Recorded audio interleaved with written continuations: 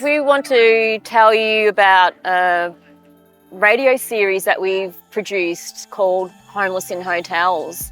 It's a 3-part radio series, and we spoke with people that were homeless during COVID-19 and who stayed in emergency hotel accommodation, and we wanted to document their experiences. And we also spoke with support workers who worked around them at the time, and we wanted to document their experiences.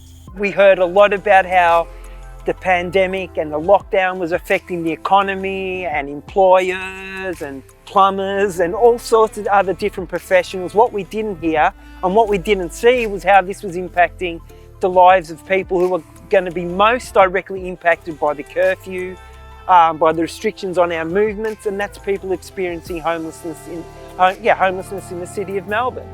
Because of the pandemic regulations, let's not forget it became illegal to be on the streets of Melbourne. So actually it became illegal to be homeless. And people that had lived for years on the street, that's what they were used to, that's where they're somewhat comfortable, suddenly they were forced into these hotels. They didn't have any... all their supports were gone. They didn't have any kind of chance to say no. They had to take the hotels, and suddenly they were living in these hotels in really close quarters with like tens of other people who have got their own issues. It was very stressful for people, and that's some of the experiences that we've captured in the radio series. It actually took me a week before I moved into a hotel. That was the only lifestyle I knew, living on the streets, you know. That's how I survived. You know, living on the streets for 7-8 years, you know, then all of a sudden someone wants you to move into a motel. It's a different lifestyle completely. At first it sort of took my freedom away from me. The radio series is a really great example of what peer-produced media can be. It's made by people with a lived experience of homelessness and substance use, speaking to others who have had similar life experiences. Because of that, and the space that creates, people can be really candid about what they say. It's very different to being interviewed by perhaps an academic or a mainstream journalist. I think people may find it surprising just how hard members of the homeless community can be on each other. The homeless community isn't homogenous. It's made up of all different individuals, just like the rest of society. And sometimes they police each other's behaviour in the hotels. Some people weren't happy with how some other people behaved and that they weren't worthy of receiving the emergency hotel accommodation. It may surprise some people to hear that, yes, people did self-medicate. They did take substances to cope with their situation. And just for the fact that they were surrounded by tens of other people as well who were, you know, an influence on them, it wasn't easy for people. I know that in the other rooms there's parties going on. In the elevator there'll be the texter marks, party times, people have written down on the walls, little bits of paper put here and there, come to this room, and you can tell people were having a bit of parties and getting on with each other, even though they weren't bringing guests. The guests were already in the hotel. The people that were in the hotel were, you know, instead of doing what the government was doing, they were doing their own. There's little research that's done in this way, you know, this qualitative... That's the important. Qualitative research, in-depth interviews, and people talking openly about their substance use. Very few people have safe spaces in which they can talk about it, and I think that is particularly so for people that are homeless, because I think there's a perception in society that people that are homeless and receiving support, they should behave in a certain way. they should be somehow really well behaved or meek and mild Grateful. and grateful and kind of subservient, you know.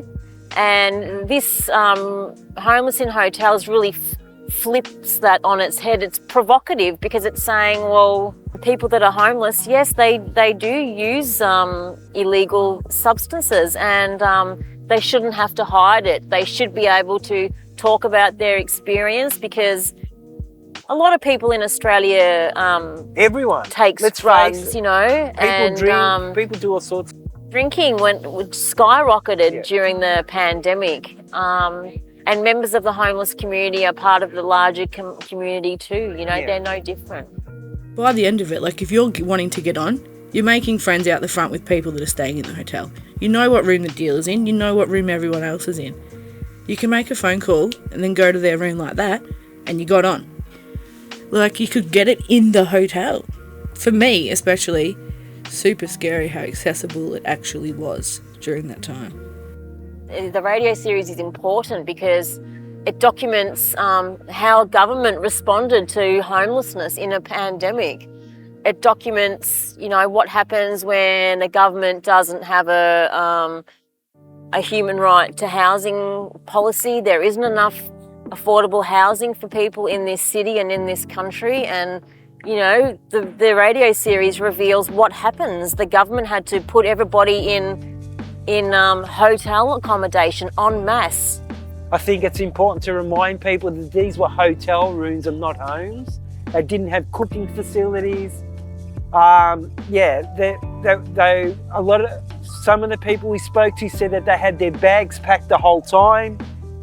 They didn't know how long it was going to last. You know, how much rent they were going to pay. And we also heard, you know, how anxious people were in the hotels because of the way that it was funded, and how anxious the support workers were. They were only getting money in dribs and drabs for 2 weeks at a time, and they could only tell their clients, okay, you have 2 weeks stay, and then the people were wondering, how long is it going to take before I'm back on the street? So there was a lot of anxiety people were experiencing. Just to remind folks again that, yeah, these are people who already had issues, and that's why they were homeless in the first place. This didn't help. It just made things a lot more complicated, and in a lot of ways a lot more sort of chaotic for them. This is a really honest, a really candid view of what, I guess that intersection of services and the individual. When the pandemic hit, the 2 access point services said they were seeing 4 times as many people per day as they saw before the pandemic. Before the pandemic, they already couldn't speak with everyone who came to their services. We already said they were about 2 or 3 workers each behind, and so people were already not getting an adequate response. I think it'd be really good for like students, people studying social work, to sort of hear I believe well-informed views from the homeless community. Yeah, you'll learn who homeless people really are, that they're not a homogenous group, that they have their own hopes, dreams and ambitions, and that they do want to be housed. Unfortunately for people that are homeless, all their vices and all their dramas are played out in the public eye. Those of us that have accommodation and are housed, you know, we can hide our stuff and hide our sort of, you know, our challenges with life and how we deal with them behind a closed door. We'd really like you to listen to this series. It's a really important document of a really important time in all our lives, the past 3 years, the COVID-19 pandemic. It's really unique. You get an insight into how that pandemic was experienced by members of Melbourne's homeless community, and that just wasn't happening at the time. So that's what we have created with this radio series. You will get a chance to meet members of the homeless community. They're not just a mass of people, they're individual people with their own stories, their own personalities, and you'll really fall in love with them. And we really want you to hear their stories. We think you'll really enjoy the series. Yeah.